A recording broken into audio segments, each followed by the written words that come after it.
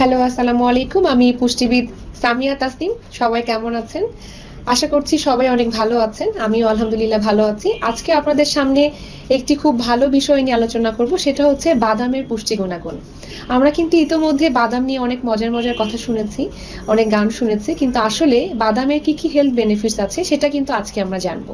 আপনারা শুনলে অবাক হবেন, এই বাদামের কিন্তু অনেকগুলো পুষ্টি উপাদান আছে, যে পুষ্টি উপাদানগুলো আমাদের শরীরের জন্য কিন্তু অনেক উপকারী। আমাদের এত এত বেশি উপকার করছে, যেটা শুনলে আপনারা অবাক হয়ে যাবেন। চলুন জেনে নেই যে বাদামে কি কি পুষ্টি উপাদান রয়েছে এবং এটা আমাদের কি কি উপকার করছে।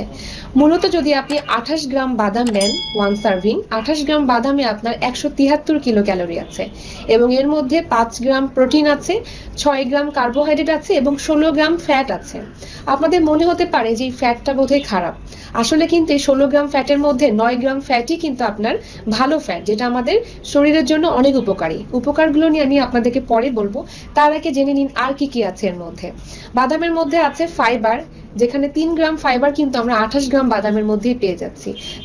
তার মানে কিন্তু এখানে প্রচুর পরিমাণে ফাইবারও কিন্তু আমরা পেয়ে যাচ্ছি। এছাড়াও কিন্তু ভিটামিন ই, সেলেনিয়াম, ম্যাগনেসিয়াম, অন্যান্য যে পুষ্টি উপাদানগুলো সেগুলো কিন্তু সবই এর মধ্যে রয়েছে, যা কিন্তু আমাদের শরীরের জন্য অনেক উপকারী। চলুন জেনে নেই বাদামে আমাদের কি কি উপকার হচ্ছে। প্রতিদিন যদি আমরা বাদাম খাই তাহলে কিন্তু আমাদের হার্টের যে রিস্ক গুলো থাকে, কোলেস্ট্রলের মাত্রা বেড়ে যাওয়ার যে ভয় থাকে, সেটা কিন্তু দূর হয়ে যায়।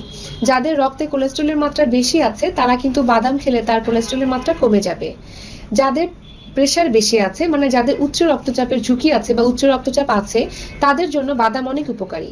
বাদাম খেলে আপনাদের উচ্চ রক্তচাপের ঝুঁকিটা কমে যাবে বা উচ্চ রক্তচাপ নিয়ন্ত্রণে থাকবে। বাদাম খেলে আপনার বাচ্চার মেধাশক্তি বৃদ্ধি পাবে, যার মধ্যে রয়েছে ওমেগা 3 এবং ওমেগা 6, যেটা ভালো ফ্যাট। সেটা খেলে আপনার বাচ্চার কিন্তু মেধাশক্তি বৃদ্ধি পাচ্ছে।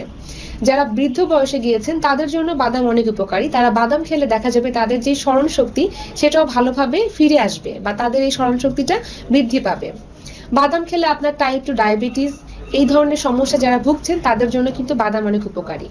এছাড়াও কিন্তু বাদাম যাদের স্কিন উজ্জ্বল করতে চাচ্ছেন, স্কিন সুন্দর রাখতে চাচ্ছেন, চুলের যত্ন নিতে চাচ্ছেন, তাদের জন্য কিন্তু বাদাম অনেক উপকারী, কারণ বাদামের মধ্যে প্রচুর ভিটামিন ই রয়েছে, ওমেগা 3 রয়েছে, যেটা আপনার স্কিন এবং চুলের জন্য অনেক হেল্পফুল। আমাদের অন্যান্য যে ইনফ্ল্যামেশন গুলো আছে সেগুলোর জন্য কিন্তু বাদাম অনেক উপকারী আমাদের জন্য।